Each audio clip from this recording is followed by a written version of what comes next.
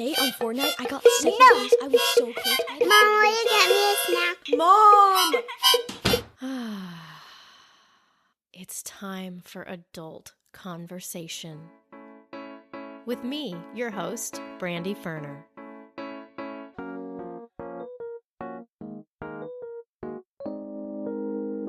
Hello, Adult Conversation podcast listeners. Happy 2021, and I'm cautious yet hopeful, I guess. In today's episode, I'm talking with one of my favorite people, Ronnie, about precisely how 2020 pantsed us all and how we're arriving at 2021 differently because of the beating we've taken. We both share the adorable goals we had for 2020 and process our grief and laughter around those losses. Ronnie offers some profound insight about how to look at our 2021 goals and how to make them actually achievable, even in a pandemic, or to bail on the goals altogether. There was so much to talk about in this that I split this validating interview into 2 episodes. So join us for part 1 of Getting Pantsed by 2020. And just a quick reminder, I've got a book out there in the world, Adult Conversation, a novel. Check it out. On to the show.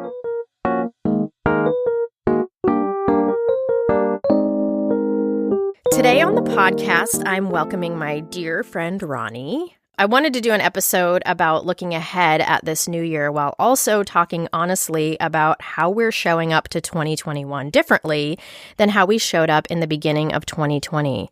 Remember that? When, we didn't know yet? We were so innocent. A lot has fucking changed, and many of us feel stuck. Most of us are in some stage of transformation, and we need to talk about all of it. So I wanted to have this conversation with someone who was not only an expert at being vulnerable, but the person I would be having this conversation with in my life anyway. So welcome to the podcast, Ronnie. Thank you. So I need for the listeners to know that you are skilled at taking in an entire story and distilling it down into some meaningful nugget. And you do that for me all the time, and no pressure that you have to perform here, but you're just really, really good at that. Thank you. I had no idea I had that skill. That is just me simply trying to understand someone else, but I love the way you put that. So I'm going to go with what you said. Yes. Well, and I also feel like the listeners need to know that you and I met at a writer's retreat. And some of you may remember Ronnie from the podcast episode I did at that retreat called Best and Worst of Motherhood with 4 Writer Moms. So you're not totally new to the podcast, but now you're carrying an entire podcast. So I am not large in stature, but I have carried heavy things before. So I feel like I will give it a shot. Yes. And also, people need to know that we share a birthday, January 4th, which I think says everything. So we both overthink in the same outrageous amount, and we both cry about meaningful shit really easily, and at least one, probably 3 or 4 messages that we send each other a week on WhatsApp have crying in them. Yes. We also both love the Beastie Boys and have passed that on to our children. This is all true things. So now that I've said all of that, what do you think the listeners need to know about you? Well, I think it's really important that the listeners keep in mind that my favorite way to sort of cope with all of the unrest and difficulty that comes with being human right now is to find the trashiest reality television I can find and binge watch it while eating chocolate, often while hiding from my family. Okay, so what for you, because there's a range here I've learned, what for you is the trashiest reality TV? Because I feel like I've gone trashier, and I feel like you have maybe higher standards. I don't know that I would call them higher, but I would say that I don't prefer the Temptation Island level. I am more of a Real Housewives kind of watcher, and by kind of, I mean super fan. I want people whose lives are so different from mine and their problems are so different from mine that I can't relate to them at all. Okay, but so what I hear you saying is that Temptation is too close to home for you? Is that what I'm getting here? That is just, you would hate to watch that. Let me explain that. Yes. No, I'm kidding. As part of when you were describing us and our shared birthdays and our separated at birth characteristics, we are both very much, I'll speak for myself on this. I'm a huge empath and I'm a big, giant feeling.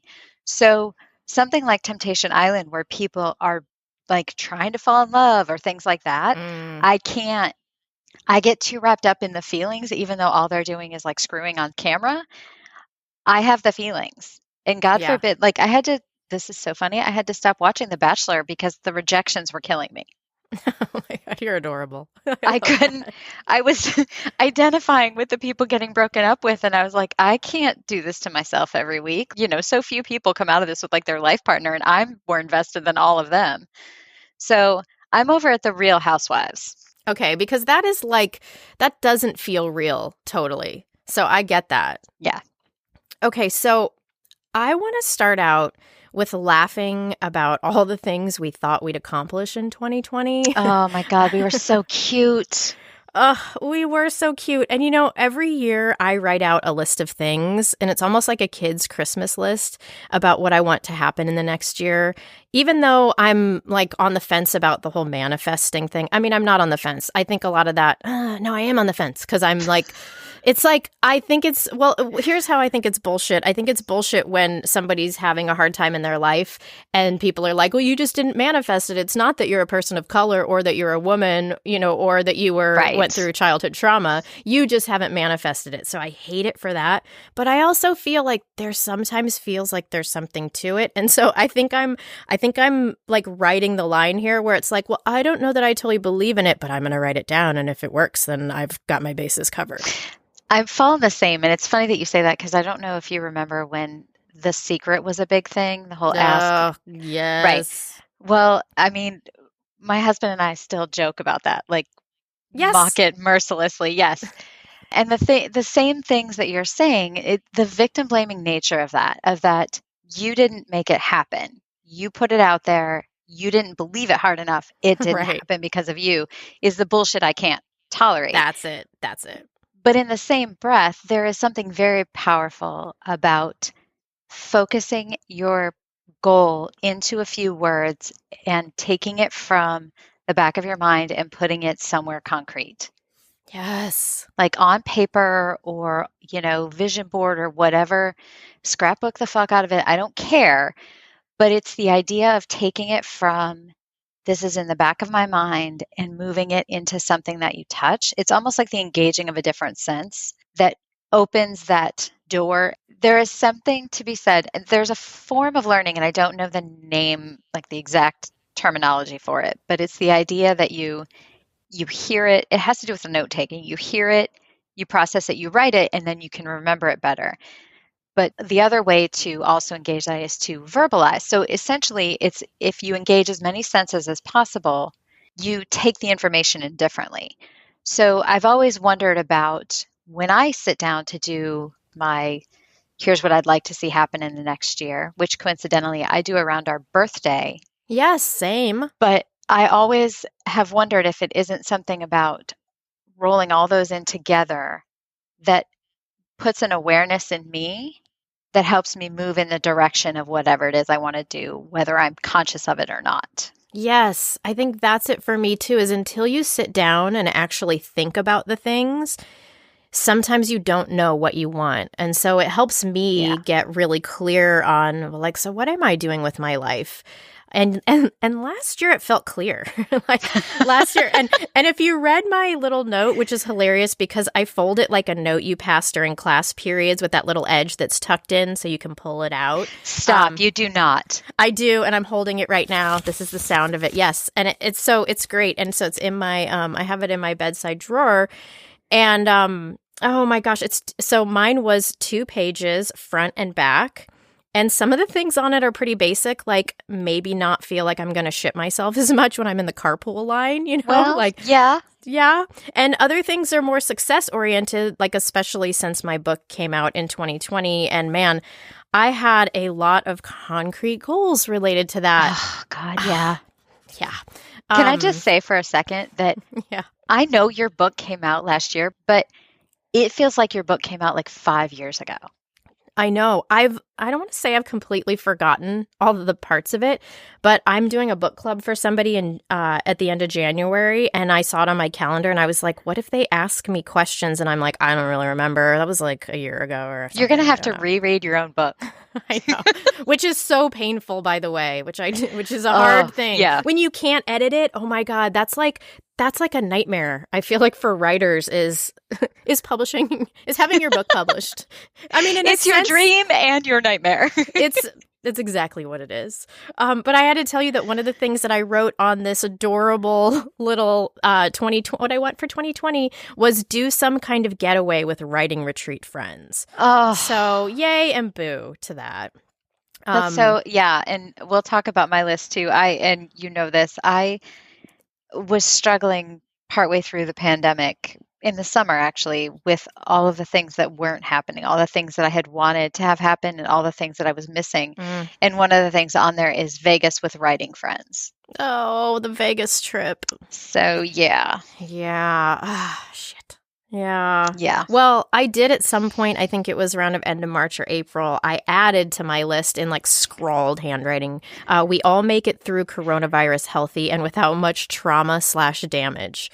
Yeah. But the overall vibe as I was looking at it last night, which was kind of a bit painful, but also kind of funny because I was like, oh, this is going to be good. But the overall vibe of my list was, this is the year all my hard work pays off. So can we just laugh about that for like 40 minutes? And I'm totally going to splice in the like Price is Right losing jingle here because it just feels like...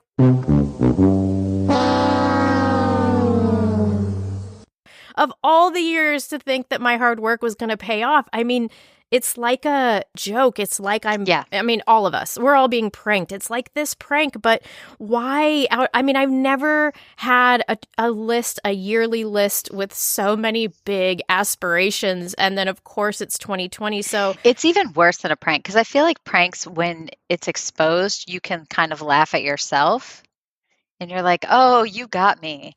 And no, this isn't like, this is horrible. Right. This is the football getting pulled away at the last minute again and again. And there's like I don't know what's worse than a prank. I think it's just getting your ass kicked. And I think we're just getting our ass kicked again and again. You know, when you were talking about like, this is the year all my hard work's going to pay off, I think back to where I was in the beginning of last year and the visions I had and the goals I had for 2020. And they were really solid. And I felt like I had put enough pieces in place that this was going to be a year of me getting a lot of traction and me seeing a lot of forward progress, tangible forward progress. And I look back on who that precious, precious little girl was. And I almost want to like run back to her and like put my arms around her and be like, get away, 2020, don't fuck with her. She has dreams. Because she's dead now. Like she's dead. Oh, it's so true. Oh my gosh. The getting of the traction. I sound like Borat there. The getting of the traction. I mean, that's the thing is the joke too is that for those of us, I mean, I feel like every year is, nobody's like, I'd like to go backwards. Like every year feels like a movement forward.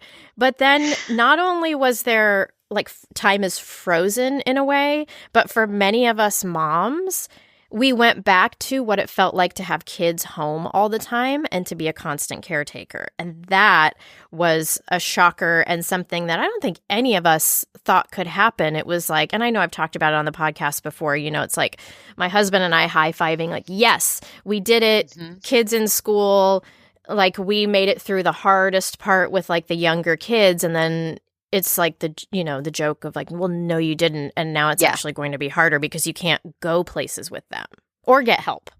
Yes.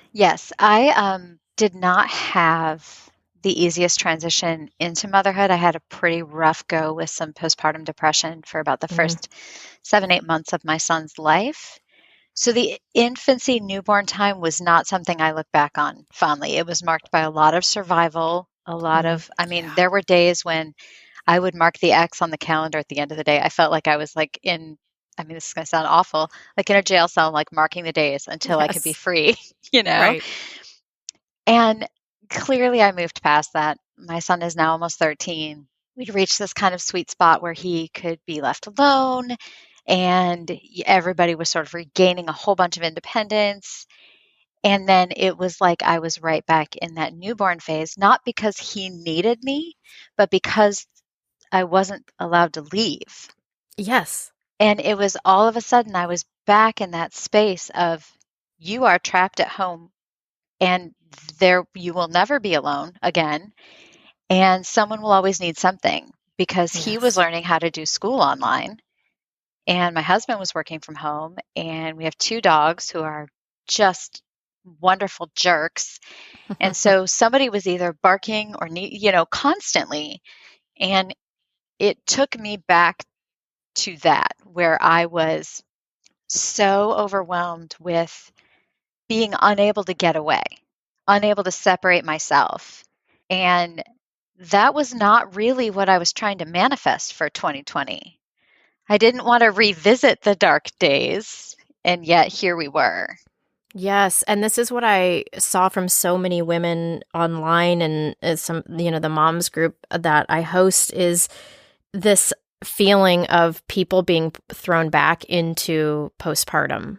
And for a lot of women, that brings up really hard feelings. And I don't feel like that's something I saw being talked about mainstream. I know that us moms were talking about it, but I don't feel like it's anything that was really being tended to because I mean, that was definitely a real thing. And especially this time, it's hard because with the pandemic, like we don't know, there's not a date, like pandemic doesn't go to kindergarten at X time, like you can't, there's no, like doing the X's on the walls. There's like, no end. Doesn't exist. Yeah. So we just don't know.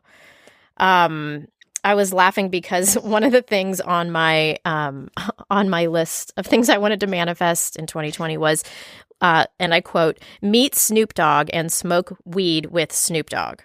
I know. And so that's like, we're just postponing that. But also like, how am I a woman in my 40s and this is on my list of things to manifest? Like, maybe I need to grow up a little bit. But in the same breath that I say that, I'm also going to say it's going to be on there for 2021 too. So I have learned nothing. I've learned nothing. No, I'm going to actually argue. I can't believe I'm about to take the other end of this and tell you, you actually should keep that as a goal. And here is why. It is important now more than ever to do the things that bring you joy and to focus on the things that are important to you.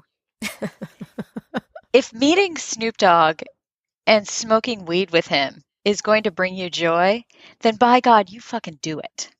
Right. I mean, there's no way this is happening, but also not with that attitude. There's no way. So right. So I have to put it on my list to get it out there to know what I'm working toward. You have to open the door. He can't come through if you don't open the door. It's right. It's right. See, this is my fault. I have been doing everything all wrong, which is why I have not done this yet. It is. You are breaking the secret.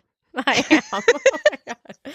Thank you for this. Yes. One of the other things that was on there that it made me pause was I had more joy, happiness, freedom, and breathing room. So I laughed and then was like, this is interesting because I don't know that there was more joy or happiness. Freedom is an interesting word because it meant freedom from carpool line, parties, social things, obligations. Right. And then breathing room, it definitely gave breathing room for some things, but took it away for other things. Like actual breathing room without people around, like no, just like the opposite, like the worst.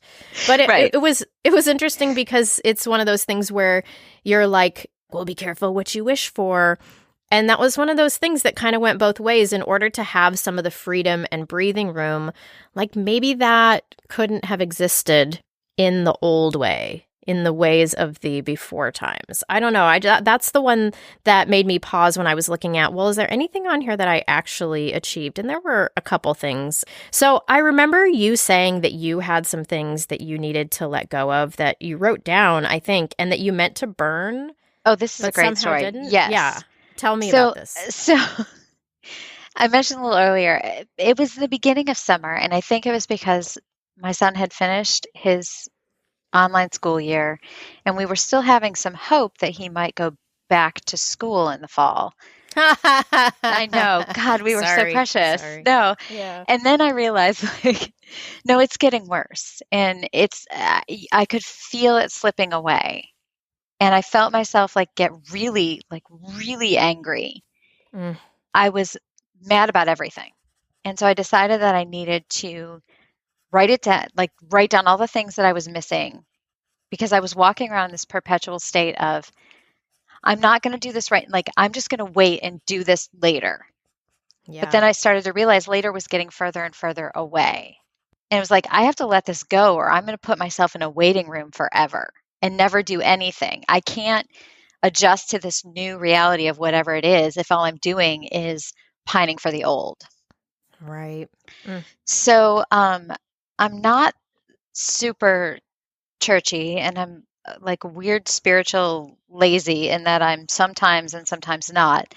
But I'm a big believer in writing it down and then burning it, mostly because then no one ever sees it. But I like to Right. destroy the evidence, essentially. Yes, and being like a little bit witchy Yes. is like fun. Yeah. I like to destroy the evidence during a full moon, because then it looks like maybe I'm, yeah. So I love the full moon part of that. You're like, Right. I'm totally left-brained and rational, and you're like, but on a full moon. But on a full moon. And crystals. And I have these certain crystals I bring out. So I wrote down this list, and I made a day, like I made this whole plan. We were going to have like a little fire in the backyard, and I was going to burn it. And like 2 hours before that, we had thunderstorms roll through and just go all night. So there was none. So I was like, well, I'll just do it on a different day. So 2 days later, I plan to burn it. Our neighbors are going to have a fire pit. We plan to burn it. Their dog gets sick. It was like I couldn't even burn the things I wanted to burn because it was 2020. And every time I turned around, it was like I was thwarted. And sure, I could have been like, I'm going to burn it in my sink, but I felt like I wanted to do it outside. I shit you not, 4 times. I tried 4 times before I was like, okay, I get it. I'm to carry this burden forever. Thank you. Oh, God. That's Yeah. heavy. So I folded it up and I put it in a drawer. And every now and then I pull it out and I'm like, oh, yeah, remember when I used to like to do that? Mm. So let me read you some of these. Some of these are very, I don't know, they make me go, oh, you were so Aw. cute. Things like my house being predictably empty, wandering the grocery store, Mm. running to the store for the one thing I forgot, going to baseball games, going to get ice cream, wandering in Target and letting Target tell me what I need, Yes. right? Yes. Right. And then some of them get a little more poignant. Landing in Oregon, the first glimpse of Mount Hood from the airplane, which is always my favorite. We argue over who gets to sit next to the window to see the mountain. Feeling connected. And the last one is seeing my friends in person. You know, for a little while I couldn't look at this because it was too painful. Now I can look at it and I can see that these are things, not all of them, but some of them are very important. Like this has almost become a list of things that I will take, some of them I will take with me. But I can now go down this list and decide which of these things I want to take with me when I can move forward again. And I'll be really honest with you too. I look at this list now, considering when it was written and who that person was that was mourning these things. And even though this was heartfelt and truly where I was, it smacks of such privilege right now that there's a part of me that's like, God, you had no idea what so many others were going to lose. Yeah.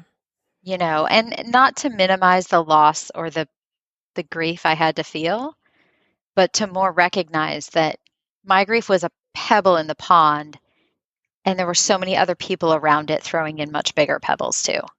Yeah. And you know what, though? This is the hard thing, is that it's both things. Because, yeah, there's bigger griefs. You know, there's people who've lost people. There's people who are financially in ruin. There's all sorts of awfulness that has happened. And so when you're feeling these things of what you're losing, if somebody's to tell you, like, oh, that grief doesn't matter because it's not the bigger grief, that is like the opposite of helpful, right? But it's so it's like we have to be able to have our grievances, no matter how privileged they are, and also understand, like you said, in the big picture of things, this is a pebble versus a rock. But we still have to recognize the pebble. We can't just move past it because other people have it harder. Like, that matters to us in our world. We are the main character, and that matters. I think too, and you touched on it a little bit when you were talking about the breathing room and the finding the joy and how you wouldn't have done that in the way that you did. Mm-hmm.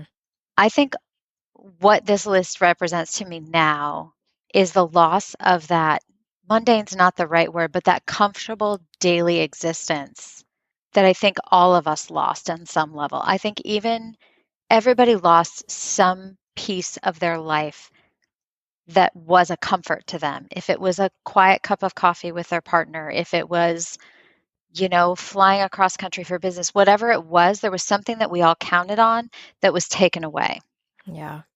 And I think too, when you said, you have both things coexisting, that has been one of the hardest lessons or hardest things for me to sort of sit with during this, is that people want to try to find the good. And it is somewhat irritating to me when somebody's like, but think about all the blah, blah, blah. And for the first time in my life, I'm starting to really understand that there is a balance. Everything comes with a little light and dark, and it's not to just embrace one side, it's to embrace the entire experience. And so that I have been trying to do during this time of yes, I no longer have to go sit in carpool, and we don't have to get up as early because my child now goes to school in his bedroom, which in pajama pants, it's crazy. I don't have to argue about what he's wearing because no one cares, and which is great because that's one less argument to have, but he's in his fucking bedroom.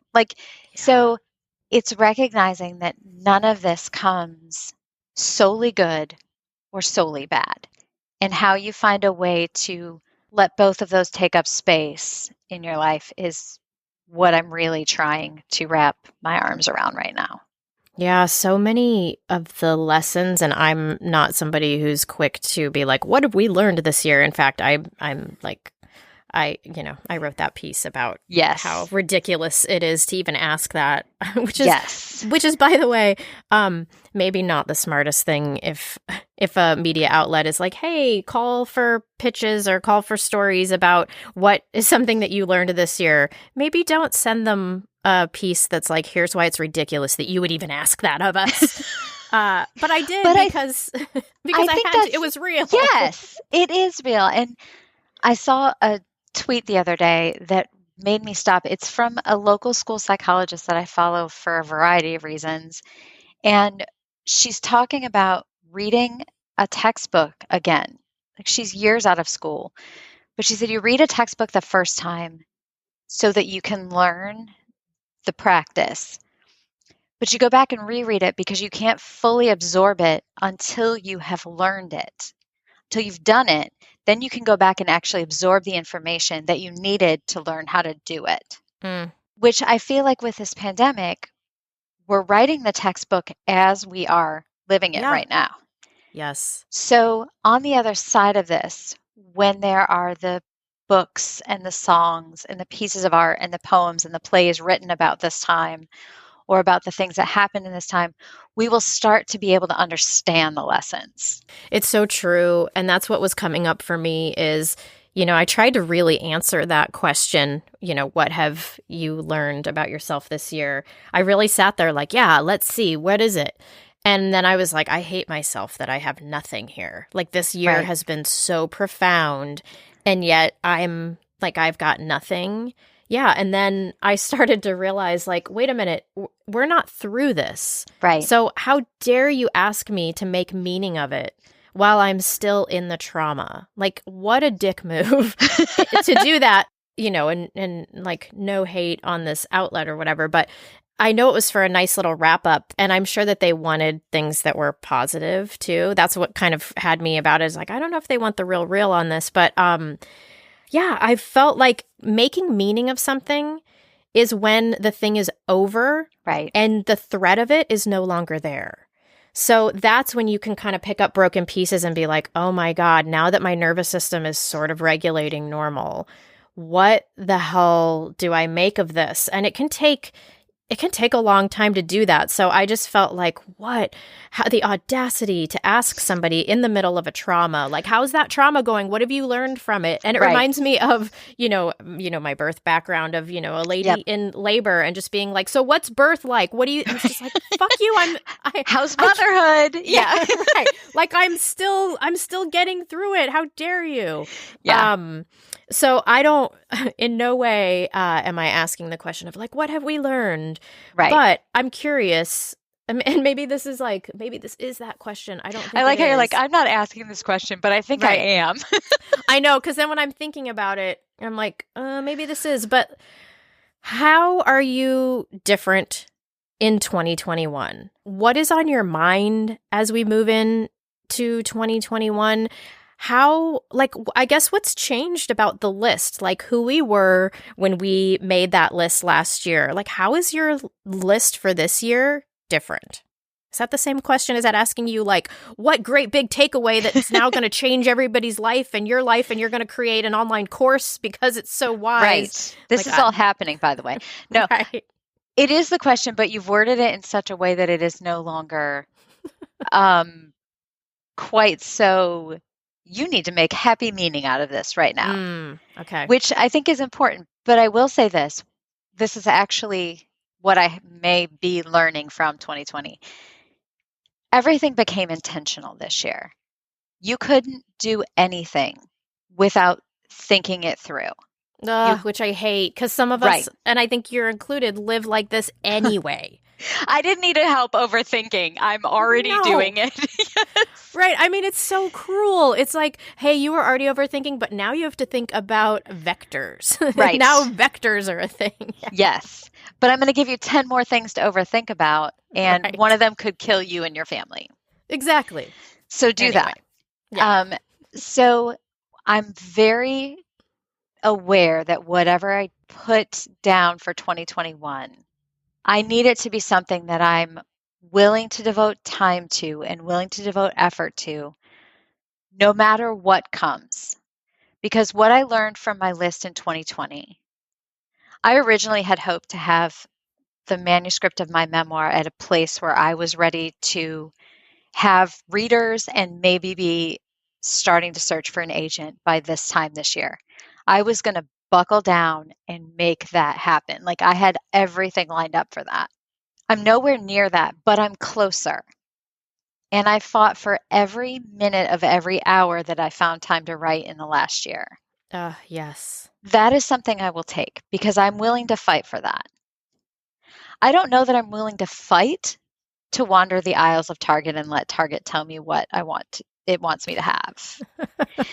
Right. But what I'm noticing is I'm much more aware of what are the things that I am willing to do in the middle of a fucking pandemic, no matter what. Those are the things that deserve my energy going forward. Yeah, you know what? That's such a good point, which is sort of a distilling of the list. Right. To the things, and then I'm like, maybe my meet Snoop Dogg and smoke weed with Snoop Dogg maybe doesn't get on the 2021 list if we're looking at it this way. I mean, I still feel like it gets added, but you bring up a good point about like, what are we willing to do even in a pandemic and even when there's no guarantee of outcome? Right. Because I feel like if 2020 taught us anything, or is trying to teach us, if you want to look at it that way. Let me rephrase that, because I don't think 2020 is trying to teach us anything. I think 2020 is just trying to fuck with us. But yeah, one of the things I have learned about myself through this is how very little control I have on anything outside me, and how little I actually like that, frankly. first Yes. of all. But second of all, that's almost a little bit freeing to realize that there is a much smaller sphere of influence that is actually mine, and that I can focus my energy and my time to do the things that are my responsibility. Yeah. I don't have to worry about all these other things because they are not guaranteed. I can't control that.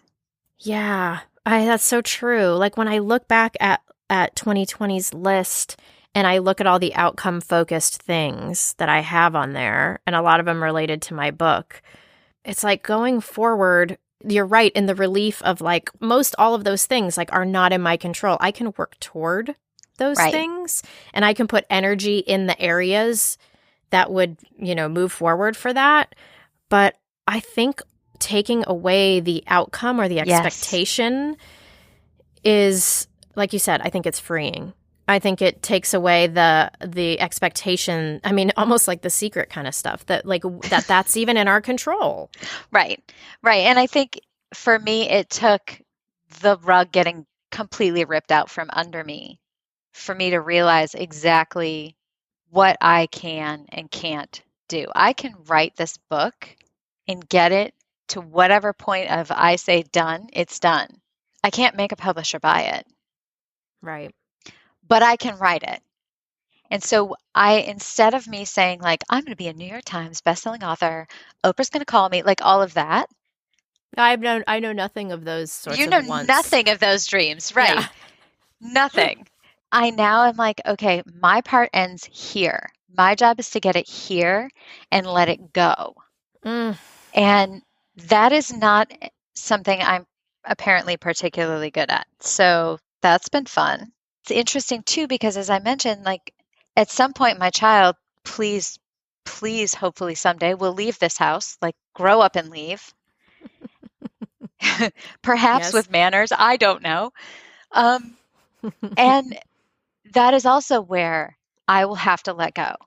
I am learning where I need to take it and where I need to put down whatever it is I'm carrying and say, this is where mine ends. This is like really profound. I don't know if the listeners are feeling it like I am, but I think it's the difference between, like you said, something on your list that's like, my book becomes a New York Times bestseller and Oprah calls.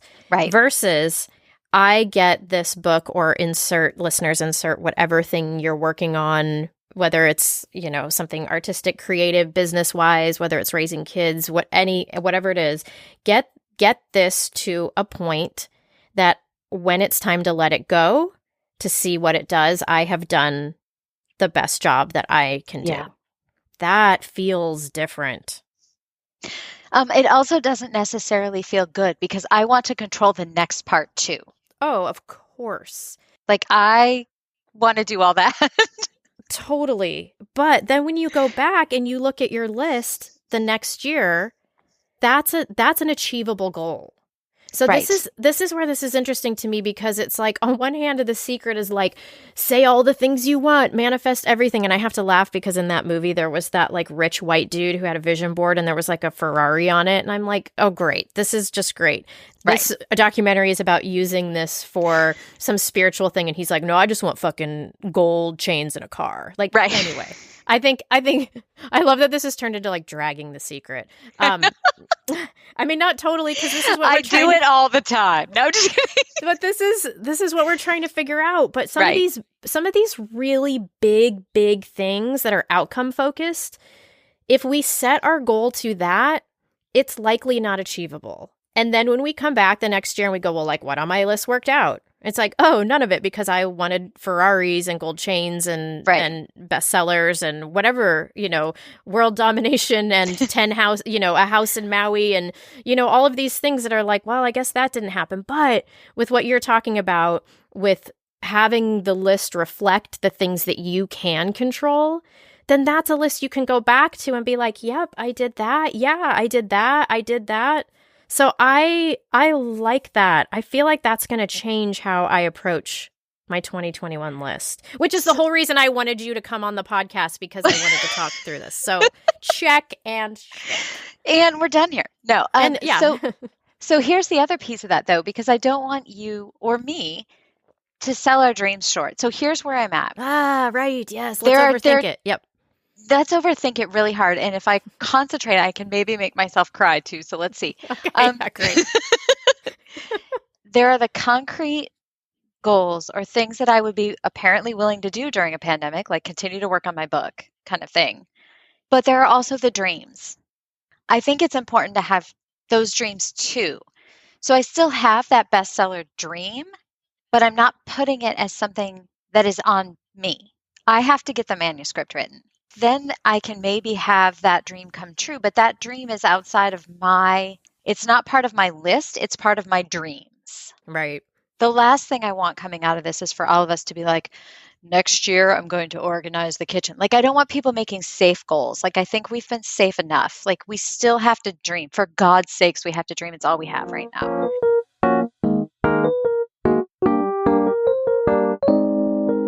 So join us next episode for the continuation of this conversation where Ronnie finishes her disclaimer about not dreaming too small, and we get clear on how to pursue different types of goals. We also talk about the feeling of collective stuckness, a surprising pandemic insecurity that popped up for me, the reshuffling of friendships and how we found our ride or dies, and what small moment is giving me hope and perspective for the future. Also, an update about Ronnie's list burning. Did it happen? If you are enjoying this podcast, please subscribe or leave a rating or review. If you want to show your love in a deeper way and would like to support a mom on her side gig, which sometimes feels more like a main gig, hi, me, go to patreon.com/adultconversation. That's patreon.com/adultconversation. Thank you to all my beloved Patreon peeps who help keep this podcast alive. As always, thanks for listening. Here I